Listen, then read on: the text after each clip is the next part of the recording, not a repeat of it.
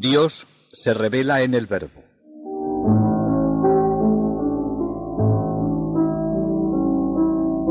La obra más amplia de Bernardo son sus sermones. Una especie de año litúrgico es esa larga serie de sermones en los que comenta los misterios de la salvación y los textos que la proclaman. Antes de morir, recopiló todos los escritos que había compuesto para explicar las fiestas. Revisó, ordenó y completó, cuando era necesario, lo que poseía de cada uno con la intención de que cada serie formara un tratado sobre el Adviento, Navidad, Cuaresma, Pascua, etc. Sus sermones son con frecuencia un tejido de textos bíblicos, y no se contenta con citar la Escritura, sino que la aplica. La aplicación que hace de ella no son simples comentarios o exégesis, sino que la explica. Su genio y santidad se unen para hacer de la Biblia un espejo en el que se refleja su propia experiencia mística. Bernardo comprende que si se quieren entender plenamente las enseñanzas de la Escritura, hay que ver en ellas por doquier las promesas de un Dios que es amor. Sus promesas tienen su cumplimiento en Cristo y en su Iglesia. Sabe Bernardo que no está permitido el uso de la Escritura indebidamente. Las aplicaciones que hace Bernardo están dictadas por la libertad de los hijos de Dios, sin limitarse al sentido exacto, literal o espiritual, pretendido por el escritor sagrado. Nos ayudan con todo a penetrar más profundamente en la contemplación de que gozó la misma Iglesia desde un principio. Lo que le interesa sobre todo a Bernardo es el gran misterio de la vida divina, que es un sacramento de amor. Este misterio no es una idea ni una doctrina. Se trata de una persona. Es el mismo Dios revelado en el Verbo encarnado, en Cristo. Para captar a esa persona hay que conocerla, y la conoceremos si la amamos. Es el mismo proceso que luego ofrecería San Ignacio, invitando a contemplar la vida de Cristo. La petición que propone es: conocimiento interno de Cristo, que por mí se ha hecho hombre, para que más le ame y le siga. El conocimiento lleva al amor, y el amor lleva a profundizar más en el conocimiento y a seguirle con más compromiso. Es preciso que Cristo viva en nosotros y que Él mismo sea amor por su Padre. Amando al Padre en nosotros, Cristo nos hace uno con Él, como Él es uno con el Padre. Con razón puede decirnos Bernardo: muy obligado estoy a amar a aquel que es el autor de mi ser, de mi vida y de mi razón. Quien rehúsa vivir para ti, Señor Jesús, es reo de muerte, y en realidad muerto está, que aquel cuyos sentimientos no son conformes a tus máximas celestiales es un insensato, y el que no tiene cuidado de no estar en este mundo sino para ti, no pasa de ser nada, pura nada. Más que ningún otro tiempo litúrgico, el misterio del Adviento y de Navidad han ejercido una gran atracción sobre San Bernardo. Pone el acento en la encarnación. A la redención se la considera a través de la encarnación más bien que a través de la pasión. Lo que San Bernardo llama el sacramento del Adviento no es más que el misterio de la presencia de Cristo en el mundo. Y esto es importante, pues la encarnación no es simplemente un hecho histórico que pertenece al pasado. Es una realidad presente, y la más importante de todas las realidades. Es la única que cuenta verdaderamente y la que da sentido a todos los acontecimientos. Si Cristo está presente, si su reino está en medio de nosotros, es únicamente a causa de la infinita misericordia de Dios. Solo un decreto divino podía decidir su venida, su descenso a las tinieblas de un mundo que sin su presencia estaría abocado a la desesperación. También con respecto al Adviento se manifiesta creador y aumenta la herencia recibida. Así, por ejemplo, desde San Gregorio Magno era tradicional hablar en el Adviento de dos venidas de Cristo. La primera, al hacerse hombre en la encarnación, y la segunda, cuando venga como juez en la parusía. Bernardo descubre otra venida, aquella por la que viene a habitar por la gracia en el alma del cristiano, a la que éste debe prepararse purificándose. Esta venida de Cristo a nosotros era preciso ponerla en relación con el Adviento que celebra la liturgia, y es lo que hizo Bernardo con estas palabras. Conocemos 3 venidas del Señor. Además de la primera y de la última, hay una venida intermedia. Aquellas son visibles, pero esta no. En la primera el Señor se manifestó en la tierra y vivió entre los hombres cuando, como él mismo dice, lo vieron y lo odiaron. En la última, todos verán la salvación de Dios y mirarán al que traspasaron. La venida intermedia, en cambio, es oculta, y en ella sólo los elegidos ven al Señor en lo más íntimo de sí mismos, y así sus almas se salvan. De manera que, en la primera venida, el Señor vino en carne y debilidad. En esta intermedia viene espiritualmente, manifestando la fuerza de su gracia. En la última, vendrá en gloria y majestad. Esta venida intermedia es como un camino que conduce de la primera a la última. En la primera, Cristo fue nuestra redención. En la última, se manifestará como nuestra vida. En esta venida intermedia es nuestro descanso y nuestro consuelo. Pero para que no pienses que estas cosas que decimos sobre la venida intermedia son invención nuestra, oye al mismo Señor. El que me ama guardará mi palabra, y mi Padre lo amará, y vendremos a fijar en él nuestra morada. Pero veo que se dice aún algo más acerca del que ama a Dios y guarda su palabra. ¿Dónde guardará esa palabra? En el corazón, sin duda alguna, como dice el profeta. En mi corazón escondo tus consignas, así no pecaré contra ti. Es como si la palabra de Dios tuviera que pasar a lo más íntimo de tu alma, que penetre tus afectos y hasta tu misma conducta. En el sermón primero de Adviento, San Bernardo hace una invitación a que todos vean la salvación de Dios, y nos dice cómo el Salvador vino en el tiempo oportuno, al mismo tiempo que hace una llamada a recibirle en las venidas que cada día nos hace para nuestra salvación. Hora es ya de que consideremos el tiempo mismo en que vino el Salvador. Vino, en efecto, como sin duda bien sabéis, no al comienzo, no a la mitad, sino al final de los tiempos. Y esto no se hizo porque sí, sino que conociendo la sabiduría divina, la propensión de los hijos de Adán a la ingratitud, dispuso muy sabiamente prestar su ayuda cuando era más necesario. Realmente atardecía y el día iba ya de caída. El sol de justicia se había prácticamente puesto por completo, de suerte que su resplandor y su calor eran seriamente escasos sobre la tierra. La luz del conocimiento de Dios era francamente insignificante, y al crecer la maldad, se había enfriado el fervor de la caridad. Ya no se aparecían ángeles, ni se oía la voz de los profetas. Habían cesado como vencidos por la desesperanza, debido precisamente a la increíble dureza y obstinación de los hombres. Entonces yo digo, son palabras del Hijo, aquí estoy. Oportunamente, pues, llegó la eternidad, cuando más prevalecía la temporalidad. Conocéis ya la persona del que viene y la ubicación de ambos, de aquel de quien procede y de aquel a quien viene. No ignoráis tampoco el motivo y el tiempo de su venida.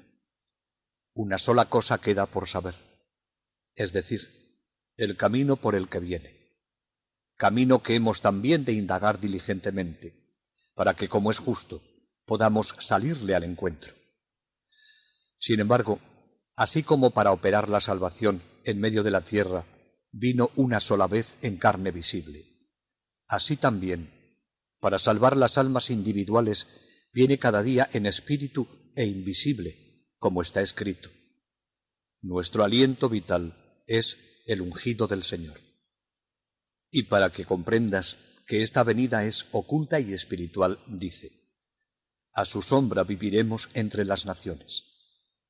En consecuencia, es justo que si el enfermo no puede ir muy lejos al encuentro de médico tan excelente, haga al menos un esfuerzo para alzar la cabeza e incorporarse un tanto en atención al que se acerca. No tienes necesidad de atravesar los mares, ni de elevarte sobre las nubes y traspasar los Alpes. No, no es tan largo el camino que se te señala. Sal al encuentro de tu Dios dentro de ti mismo, pues la palabra está cerca de ti. La tienes en los labios y en el corazón. Sal a su encuentro con la compunción del corazón y la confesión sobre los labios, para que al menos salgas del estercolero de tu conciencia miserable, pues sería indigno que entrara allí el autor de la pureza. Lo dicho hasta aquí se refiere a aquella venida con la que se digna iluminar poderosamente las almas de todos y cada uno de los hombres. La necesaria presencia de Cristo hace que el Adviento no pueda separarse en su celebración del misterio pascual.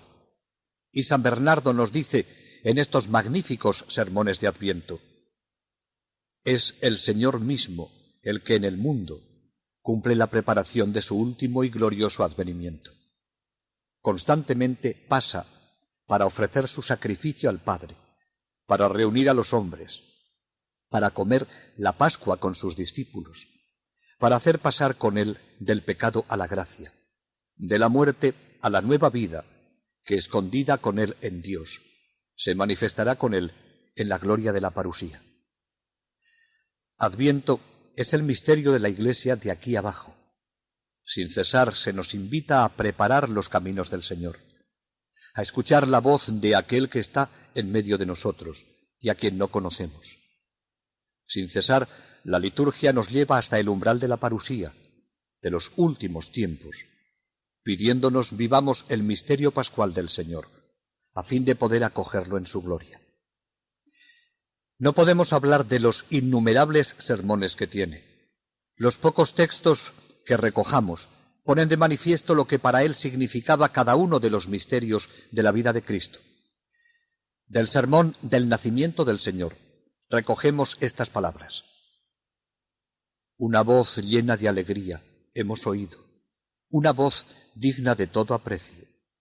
Jesucristo, Hijo de Dios, nace en Belén de Judá. Con estas palabras mi alma se ha derretido y mi espíritu hierve en mis entrañas, apresurándose con el ansia que suele a comunicaros este júbilo y este gozo. Jesús significa Salvador. ¿Qué hay tan necesario para los perdidos, tan deseable para los miserables, tan útil para los desesperados? De otro modo, ¿de dónde vendría la salud? ¿De dónde aun la más tenue esperanza de ella, en la ley del pecado, en este cuerpo de muerte, en estos días malos y en este lugar de aflicción, si no nos naciera esta salud nueva e inesperada? Mas tú quizá deseas la salud, aunque temes la aspereza de la curación, como quien conoces tu propia delicadeza y enfermedad. No temas. Cristo es suave y manso y de mucha misericordia. Así pues, nace Cristo. Pero, ¿en dónde crees que nace? En Belén de Judá, porque no es justo que pasemos por Belén en silencio. Pasemos hasta Belén, dicen los pastores. No dicen pasemos de Belén, porque ¿qué importa que sea un lugar pequeño? ¿Qué importa que parezca la ciudad más diminuta de Judea? Ni aun esto mismo deja de ser muy propio para aquel Señor que, siendo rico, se hizo por nosotros pobre, y siendo Señor grande y digno de toda alabanza, nació para nosotros pequeñito. Y decía después: bienaventurados los pobres de espíritu, porque de ellos es el reino de los cielos. Y también: si no os hiciereis como niños, no entraréis en el reino de los cielos. Por lo cual también escogió un establo y un pesebre, una casa sin duda de barro y que era habitación de jumentos, para que sepáis que Él es quien levanta de entre el estiércol al pobre y alimenta a los hombres y a los jumentos. Ojalá que también nosotros seamos este Belén de Judá, para que se dignen hacer en nosotros y merezcamos oír: para vosotros, que teméis a Dios, nacerá el sol de justicia. Para ver la salvación de Dios en nosotros, es menester la santificación y la preparación. Belén se interpreta casa de pan, y por eso propiamente alude a la preparación. Porque, ¿en qué modo está dispuesto para recibir huésped tan grande aquel que dice: no hay en mi casa pan? Preparémonos, pues, con la confesión de nuestros pecados, para estar delante del Señor, de modo que, santificados y preparados, seamos también nosotros Belén de Judá, y merezcamos ver nacer en nosotros al mismo Señor.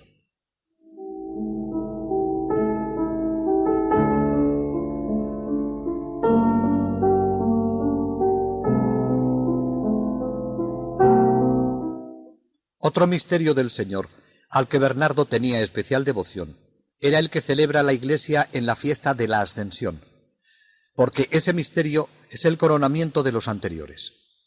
Si en la encarnación y nacimiento celebrábamos la venida del Verbo a la tierra para nuestra salvación, en la Ascensión celebramos el retorno del Verbo encarnado a su Padre, después de realizar con obras y palabras, con su pasión y resurrección, la obra que se le había confiado y cuyo fruto es el Espíritu Santo enviado por el Padre y por él mismo.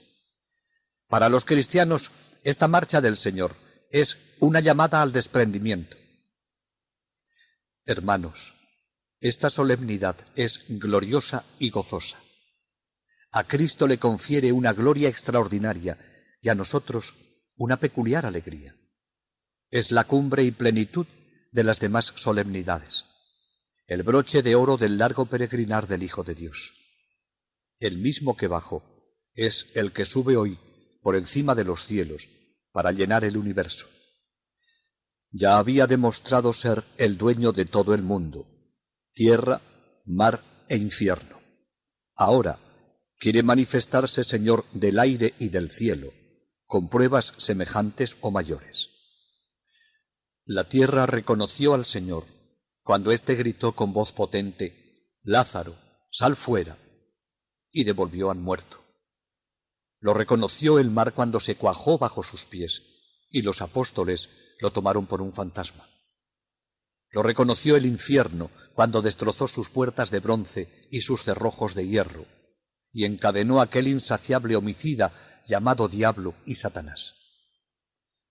El que resucitó muertos, limpió leprosos, dio vista a los ciegos y suprimió toda dolencia. Ese es el verdadero Señor de todo. Y con la misma mano que antes lo hiciera, vuelve a rehacer lo que estaba deshecho. El que mandó sacar un pez y buscar una moneda en su boca, demostraba ser el dueño del mar y de todo cuanto retoza en sus aguas. El que destituyó a las soberanías celestes y las clavó en su cruz, es evidente que tiene poder también sobre las moradas infernales. Pasó haciendo el bien y curando a los oprimidos por el diablo. Instruía a las multitudes en el campo. Aguantó bofetadas ante el presidente y toda su vida está llena de fatigas y consagrada a salvar a los hombres. El remate de tu túnica sin costura, Señor Jesús, y la plenitud de nuestra fe, pide ahora que te eleves por los aires a la vista de tus discípulos como dueño y señor del firmamento. De este modo quedará patente que eres el Señor del mundo, porque llenas totalmente el universo. Y merecerás con pleno derecho que ante ti se doble toda rodilla en el cielo, en la tierra, en el abismo, y toda boca proclame que tú estás en la gloria y a la diestra de Dios Padre. En esta derecha está la alegría perpetua. Por eso nos apremia el apóstol a buscarlo de arriba, donde está Cristo, sentado a la derecha del Padre. Él es toda nuestra riqueza. En Él se esconden todos los tesoros del saber y del conocer. En Él habita realmente la plenitud total de la divinidad. Considerad también, hermanos, la pena y la angustia que embargó a los apóstoles al verle arrancarse de su lado y elevarse al cielo. No usa escaleras ni cuerdas. Le acompaña una multitud de ángeles sin necesidad de ayudarle. Avanza él solo y lleno de fuerza. Aquí tenemos convertido en realidad lo que había predicho. Vosotros no sois capaces de venir al lugar donde voy a estar yo. Si hubiera marchado al último rincón de la tierra, allí le hubieran seguido. Si al mar, allí se hubieran sumergido, como ya lo hiciera Pedro.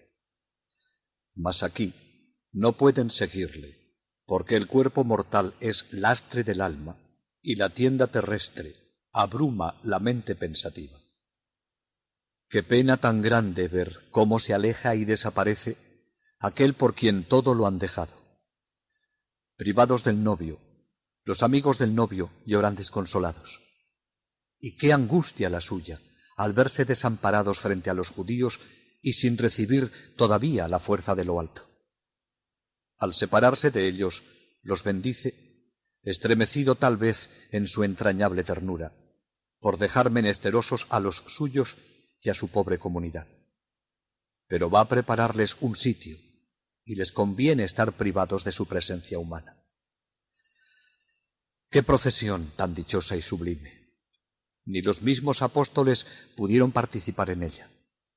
Escoltado por las almas santas y entre el regocijo de los coros celestiales, llega hasta el Padre y se sienta a la derecha de Dios. Ahora sí que ha empapado al mundo entero. Nació como un hombre cualquiera, convivió con los hombres, sufrió y murió por culpa y a favor de ellos. Resucitó, ascendió y está sentado a la derecha de Dios. Esta es la túnica tejida de una pieza de arriba abajo, rematada en las moradas celestes, donde Cristo alcanza su plenitud y es la plenitud de todo. Pero, ¿qué tengo que ver yo con esta fiesta?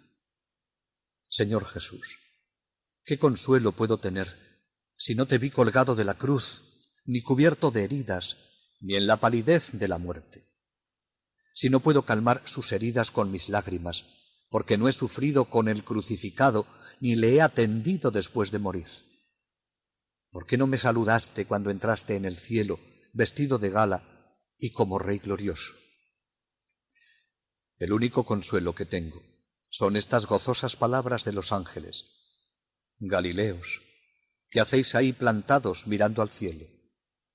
El mismo Jesús que se han llevado de aquí al cielo volverá como lo habéis visto marcharse. Volverá, dicen ellos, volverá por nosotros en aquella procesión grandiosa y universal, cuando venga a juzgar a vivos y muertos, con los ángeles como mensajeros y el séquito de los hombres. Sí, vendrá. Vendrá tal y como ascendió, no como bajó. Se hizo humilde para salvarnos y aparecerá sublime cuando resucite este cadáver y reproduzca en nuestro cuerpo el resplandor del suyo, dando a esta pobre criatura suya una grandeza incalculable. El que antes aparecía como un hombre cualquiera, vendrá con poder y majestad. Yo también lo contemplaré, pero no ahora. Lo veré, pero no inmediatamente. Esa otra glorificación deslumbrará a la primera por su gloria incomparable. Entretanto, ha subido a la derecha del Padre y nos recuerda siempre ante Dios. Está a la derecha, porque tiene en su diestra la misericordia y la justicia en la izquierda. Su misericordia es infinita y también su justicia. De la derecha mana agua y de la izquierda brota fuego. Como se levanta el cielo sobre la tierra, así se levanta su bondad sobre sus fieles. La misericordia del Señor supera en inmensidad a todas las distancias del cielo y de la tierra. El propósito de Dios sobre ellos es inmutable y la misericordia con los suyos es eterna. Eterna por la predestinación y eterna por la glorificación. Pero también es terrible con los hombres malditos. La sentencia es irrevocable para todos, para los elegidos y para los condenados. ¿Quién me puede asegurar que todos los aquí presentes están inscritos en el cielo y en el libro de la vida.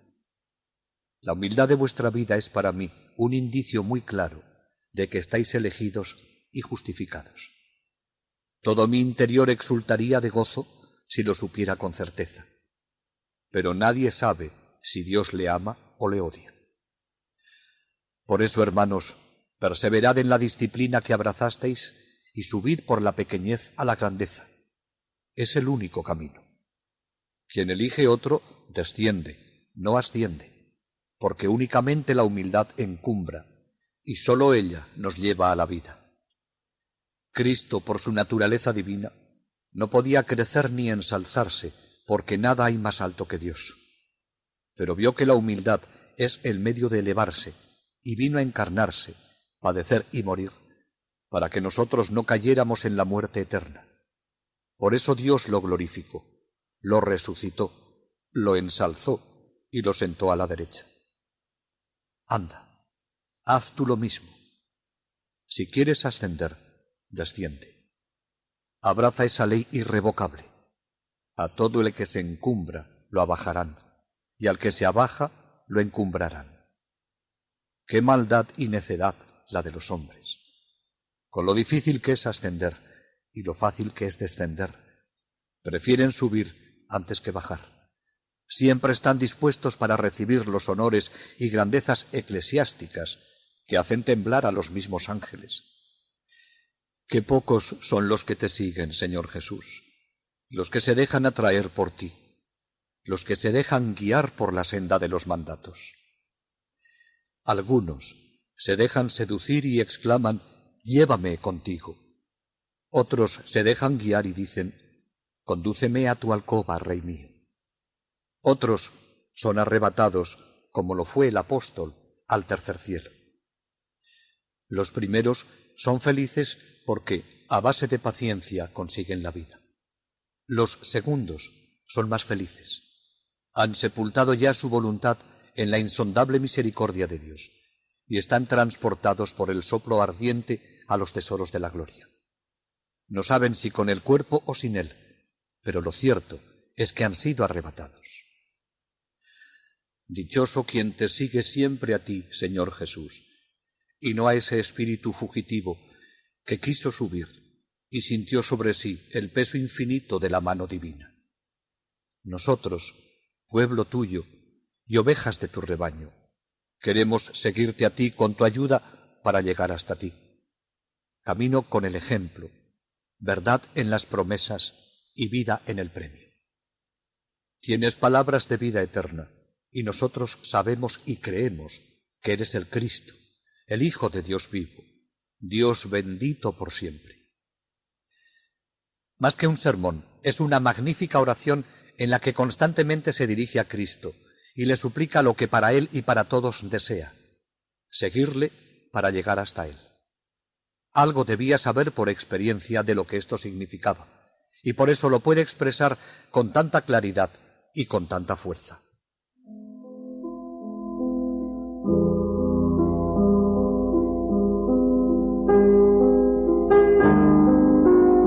En los sermones que escribe con motivo de las solemnidades de los santos, insiste más en sus virtudes que en sus milagros. Son sus ejemplos los que debemos admirar e imitar. Su misión en la historia del pueblo de Dios es demostrar que el misterio de santidad que es la Iglesia puede realizarse en grado muy alto en personas humanas como la nuestra. Después de la Virgen, también habla de San José, y no se inventa nada, sino que se basa, como siempre hace, en los datos que nos ofrece la Biblia. Ensalza en él su fe, su castidad y su humildad. José, después de María, es la realización más perfecta del misterio de la santidad. A sus monjes se lo pone como ejemplo por haber soportado fatigas y persecuciones por amor a Jesús. Todos los cristianos estamos llamados a alcanzar la santidad en la Iglesia, cada uno en particular porque se trata de la unión personal con Dios, y conjuntamente porque la Iglesia es una comunidad, una comunión de cuantos pertenecen a ella con Cristo en el Espíritu que Él ha enviado. Bernardo sabe muy bien que existen creyentes únicamente de nombre. aunque en algún momento llega a afirmar que son pocos los hombres que se salvan. Sin embargo, no excluye de la Iglesia a los que permanecen unidos a ella.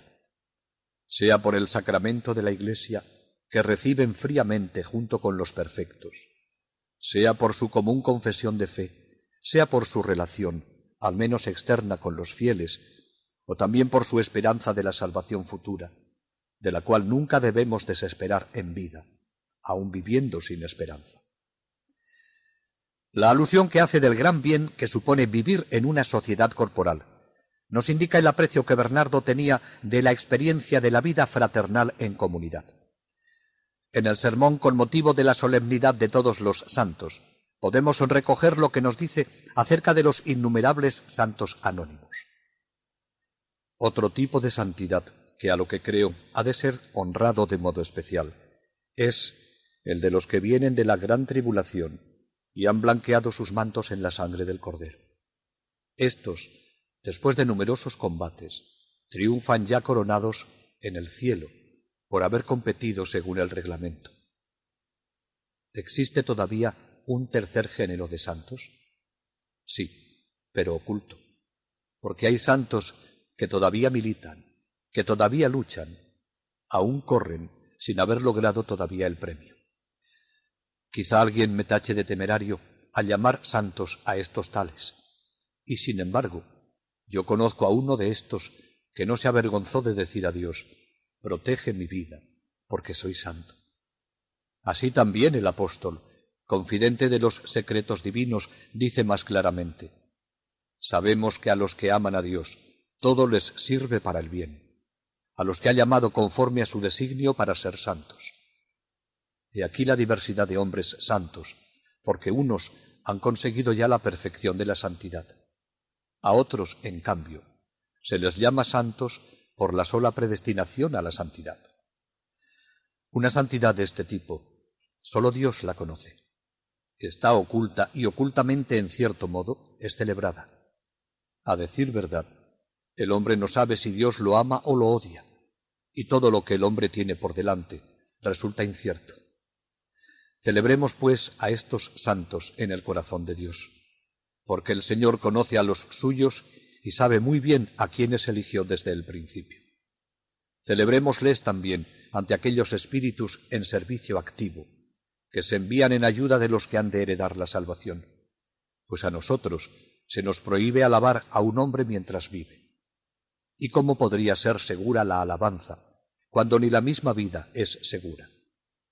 El atleta no recibe el premio si no compite conforme al reglamento, dice aquella celestial trompeta.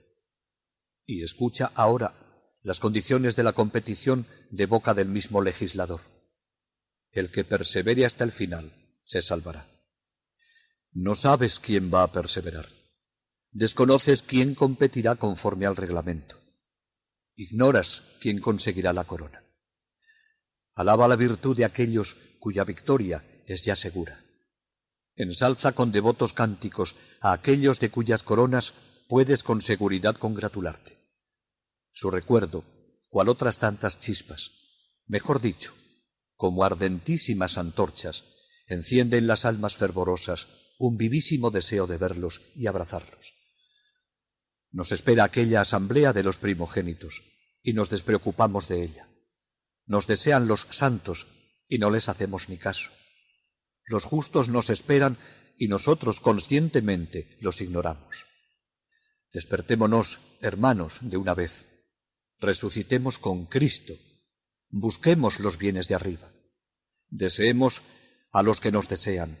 Apresurémonos al encuentro de los que nos esperan. Anticipémonos con el deseo del alma a los que nos esperan.